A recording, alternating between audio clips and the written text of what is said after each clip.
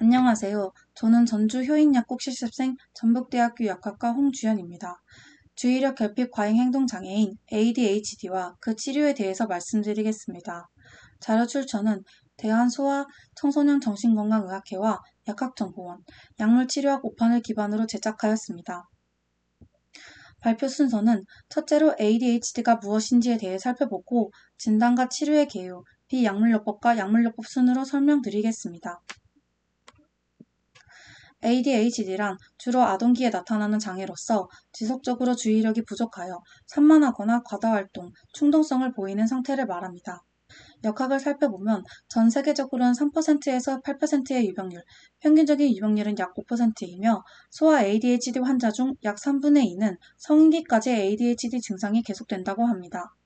ADHD는 유전적, 환경적, 심리사회적 연관성을 지닌 혼합형 행동장애로서 유전적인 요인이 크다고 알려져 있습니다. 이와 더불어 임신 중 산모의 음주, 흡연, 고혈압, 심한 스트레스 등의 환경적인 요인과 낮은 사회 경제적 수준, 부정적인 모자관계 등 심리사회적 요인이 ADHD의 유병률에 영향을 끼치게 됩니다. ADHD 환자들은 신경학적으로 이상 소견을 보이게 되는데 첫째로 뇌 구조는 정상인과 비교시 3%에서 5% 정도 작은 뇌와 얇은 피지를 가지고 있으며 이와 더불어 인지조절 네트워크, 디폴트 모드 네트워크, 도파민 뇌 보상 회로의 이상 소견을 보이게 됩니다. 인지조절 네트워크 예상으로 각성하고 주의 집중하고 정보를 처리하고 충동을 억제하는 능력이 부족하게 되며 이와 반대작용을 하는 디폴트 모드 네트워크의 이상으로 집중하지 않아야 할 때 집중을 하거나 집중이 필요하지 않을 때 집중을 하는 증상을 보이게 됩니다. 도파민 뇌 보상 회로의 장애는 약물로서 치료하게 되며 이를 슬라이드 후반부에 다루도록 하겠습니다. ADHD는 증상에 따라 세 가지 유형으로 나뉘게 되며 주의력 결핍형과 과잉행동형, 충동성형, 또 두 가지 증상이 모두 나타나는 혼합형이 있습니다. 주의력 결핍형은 말 그대로 주의 집중을 유지하는 능력이 결핍되어 산만하고 오래 집중하기를 어려워합니다. 과잉행동은 행동이 과도하게 많다는 뜻으로 차분히 앉아있지 못하고 부산하거나 계속 움직이는 것을 말합니다. 여아보다 남아에게서 더 많이 관찰되며 나이가 들어감에 따라 줄어드는 성향이 있습니다. 충동성이란 욱하고 충동적인 성향을 말하며 기다리는 것을 힘들어하거나 갑자기 끼어들며 질문이 끝나기도 전에 대답하는 형태로 나타나게 됩니다. 충동성은 과잉 행동과는 잘 구별되지 않고 함께 나타나는 경향이 있어 진단 기준에서도 과잉 행동과 함께 묶어 평가하고 있습니다. 혼합형은 주의력 결핍형과 과잉행동 충동성이 모두 나타나는 형태로 전체 환자의 80%가 이에 해당되며 가장 심한 형태의 ADHD 유형입니다. 다음으로 ADHD 진단에 대해 살펴보도록 하겠습니다. ADHD의 진단은 WHO에서 만든 국제질병분류 시판인 ICD-10과 미국 정신건강의학회에서 만든 정신질환의 진단 및 통계 편람 5판인 DSM-5가 가장 널리 사용되는 진단 기준이며 두 내용은 대체로 비슷합니다.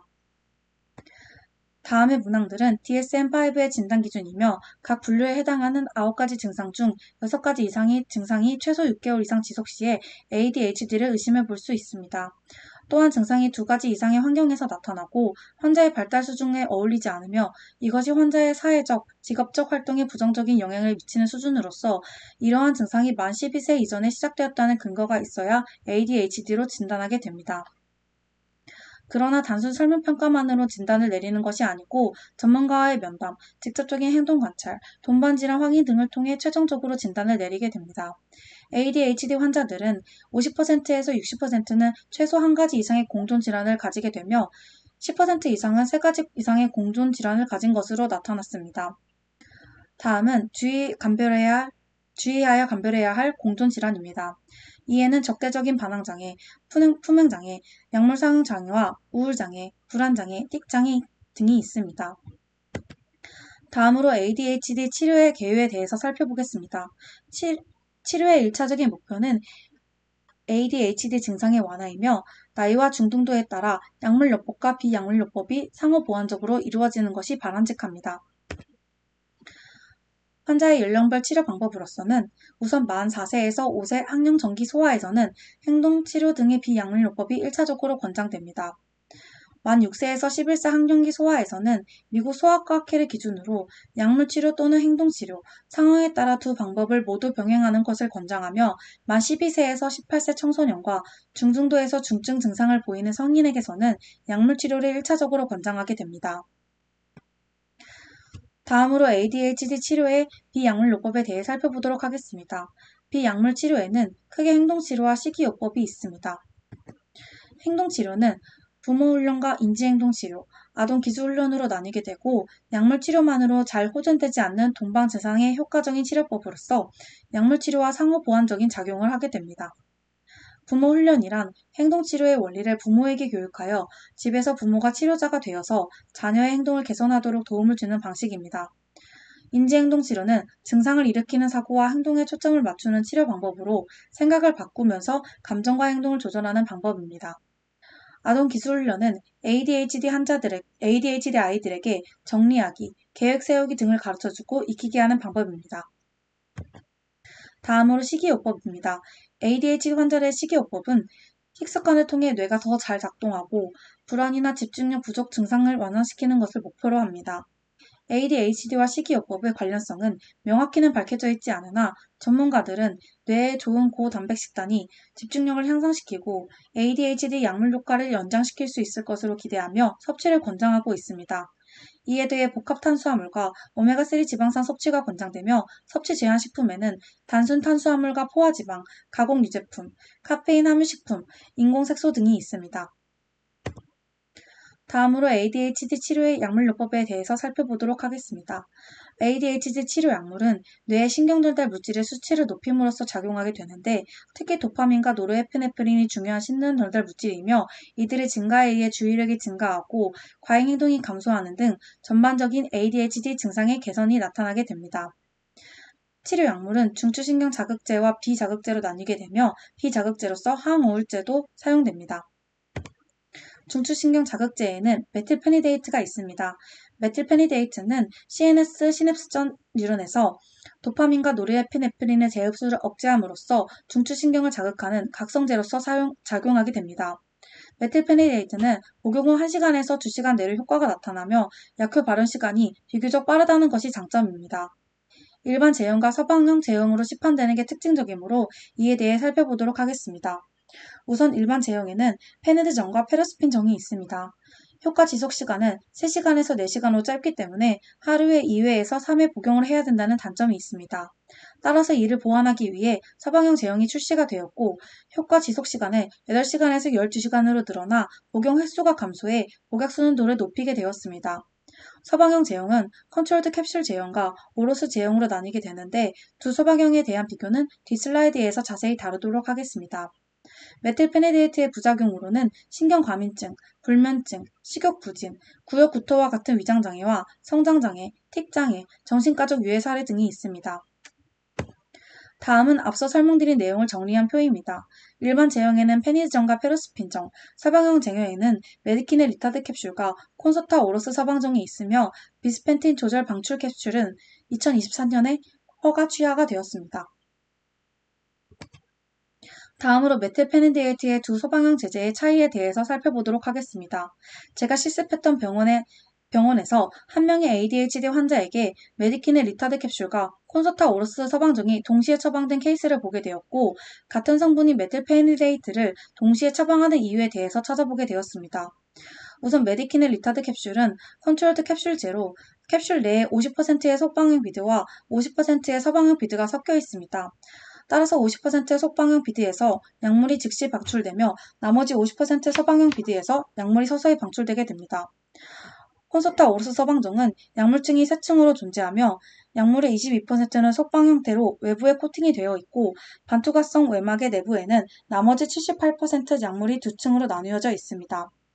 외부 속방형은 즉시 방출되며 내부 약물층은 삼투 현상으로 인해 물이 들어와 푸쉬 레이어가 팽창됨에 따라 작은 구멍을 통해 일정한 속도로 방출되게 됩니다. 이와 같은 원리로 메디키네 리타드 캡슐과 콘서타 오로스 서방정은 약효 발현 시간과 약물 지속 시간이 달라지게 됩니다.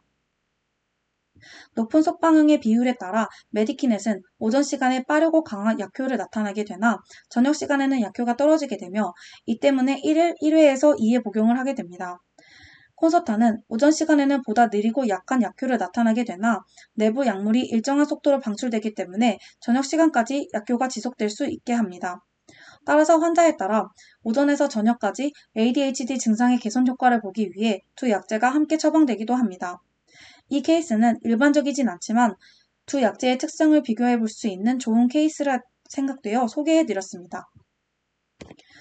다음으로 중추신경 비자극제에 대해서 알아보겠습니다. 중추신경 비자극제는 자극제에 비해 효과가 덜하고 약물 치료 반응 시간도 느리지만 자극제가 효과적이지 않거나 부작용이 나타나는 경우 비자극제를 선택하게 됩니다.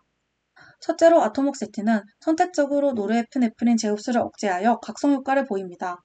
메틸페니데이트 투여 후 기분 가변성이나 심각한 틱증 유발 시 대체 약물로서 사용하게 됩니다. 제가 본 또 다른 ADHD 환자 케이스는 동반 질환으로 틱증을 가지고 있어 메틸페니데이트 대신 아토목세틴이 처방되었습니다. 아토목세틴의 약효는 약물 복용 2주에서 4주 후에 나타나며 부작용으로서 구강건조, 위장관계 부작용, 중추신경계 부작용과 심각한 간 손상 등이 있습니다. 두 번째로 알파 아드레날린 효능제로서 클로니딘이 있습니다. 다른 약물들과 달리 클로니딘은 시내스 전에서 노르에프네프린의 방출을 억제함으로써 진정 효과가 있습니다.